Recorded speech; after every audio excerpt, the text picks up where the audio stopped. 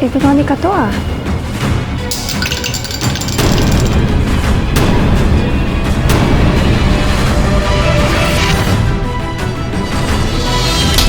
Nabulok ako kakahintay kagabi? Ano nangyari sa'yo, Yaya?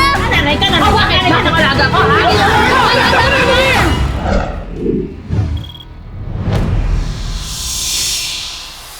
Yung gamot niya sa umaga, nandito. Yung gamot niya sa gabi, nakasulat din dito. Paulit-ulit ka na. Malilate ka na sa flight mo. Sonia, you've already done your job. Be with your family. Always remember, no matter what challenges come your way, love yourself.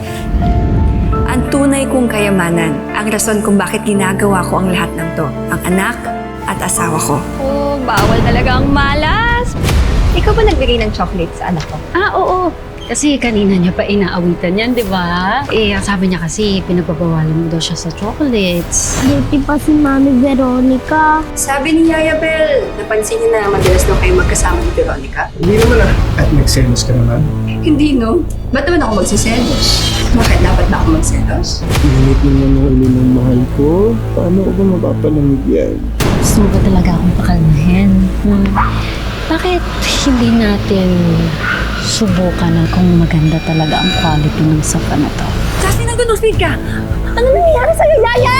Tatawagan mo yung daddy mo ka? Kabawal ni Verdi ka sa mga sagot. Based sa blood results, hindi po kayo pwedeng mag-donate ng dugo para sa kanya. Anak ko po siya. Ako po mismo yung nagsilang sa kanya. Tsaka, yung asawa ko, yung tatay ni Jasmine, type O naman siya eh. Kahit na type O rin ang asawa ninyo, dapat ho type A o AB lang ang magiging blood type ni Jasmine. Diyos ko, paano nangyari to? Ang batang inalagaan at pinalaki ko ng ilang taon, hindi ko pala anak? Kung hindi ako, sino? Jasmine! Jasmine! Usapang pamilya to, Veronica. Pwede ba umalis ka na? Nabulok ako kakahintay kagabi? Ni text, ni tawag, wala kang ginawa. Ikaw naman kasi. Sinabi ko sa'yo huwag kang tatawag pag magkasama kami ni Sonia. Alam na ba ito ni Oliver? Hindi ko pa nasabi sa kanya. Kumabit ka na nga sa halipangot na to. Ipinagkait mo pa sa akin ang tunay ko anak. Demonyo ka! Ubod ka ng tanga! Yung babae! Kailangan ko na yatang hanapin ang katotohanan.